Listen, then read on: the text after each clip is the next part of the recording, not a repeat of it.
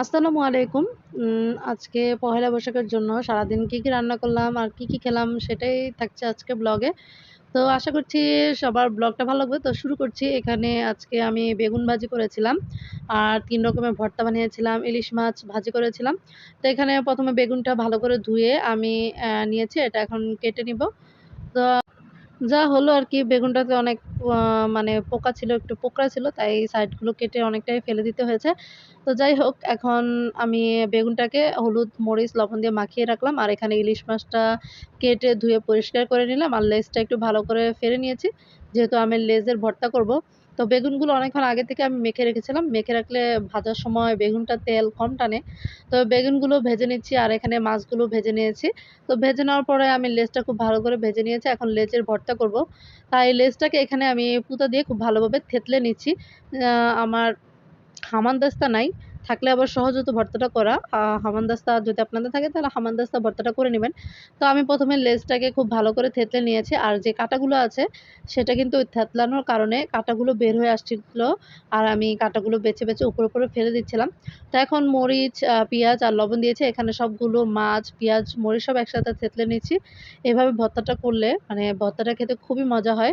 হাতে মাখানোর থেকে এভাবে পেঁয়াজটা একটু হালকা থেতলে নিলে তখন ওই ভর্তাটা খেতে ভালো লাগে। আর হচ্ছে আমি যে মাছ ভেজে রেখেছিলাম, সেই মাছ ভাজা থেকে একটু তেল দিয়ে দিলাম। তো তেল দিয়ে আমি খুব ভালো করে এটাকে মেখে নিচ্ছি। আর যে উপরে কাঁটাগুলো দেখা যাচ্ছে সেগুলো একটু উঠে ফেলে দিচ্ছিলাম। তো খুব ভালো করে ভর্তাটা মেখে নিয়েছি আমি। আর ভর্তাটা খেতে খুবই মজা হয়েছিল। আম খুবই ভালো হয়েছিল। তো এভাবে আপনারা চাইলে ভর্তা বানিয়ে খেয়ে দেখতে পারেন। খুবই ভালো লাগে। তো আপনারা কে কি ভর্তা পছন্দ করেন? কে কিভাবে ভর্তা বানান? চাইলে কমেন্টে জানাতে পারেন। তো এখানে বেগুন ভর্তা করব। তাই বেগুনের যে ছোট পিসগুলো ছিল সেগুলো আমি মরিচ, পেঁয়াজ, লবণ দিয়ে ভালো করে মেখে তারপর বেগুনের ভর্তাটা সুন্দর করে নিলাম। আর এখানে আলু ভর্তাটাও আমি আগেই করে নিয়েছিলাম। কম বেশ সবাই আলু ভর্তা করতে পারে। তো সবগুলো ভর্তা আমার মোটামুটি রেডি হয়ে গিয়েছিল। আর প্রত্যেকটা ভর্তাই এত মজা হয়েছিল। খেতে খুবই ভালো হয়েছিল। তো এখানে আমরা খেতে বসে পড়লাম। ইলিশ মাছ ভাজা, বেগুন ভাজা আর হচ্ছে ৩ রকমের ভর্তা। আ ইলিশ মাছের লেজের ভর্তা ছিল, আলু ভর্তা ছিল, বেগুন ভর্তা ছিল। এগুলো নিয়ে এখন আমরা খেতে বসে পড়লাম।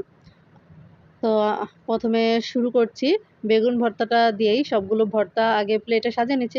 কারণ খাওয়ার আগে একটু প্লেটে একটু সাজিয়ে গুছিয়ে নিয়ে বসলে খেতেও ভালো লাগে। আ তো এই তো আজকে আমাদের ছিল এই খাবার-দাবার। খাবারটা খুবই মজা ছিল। কারণ অনেক সময় তরকারি-টরকারি থেকে একটু ভর্তা, হাবিজাবি দিয়ে খেতেই খুবই ভালো লাগে। তো আশা করছি ভিডিওটি ভালো লেগেছে। ধন্যবাদ।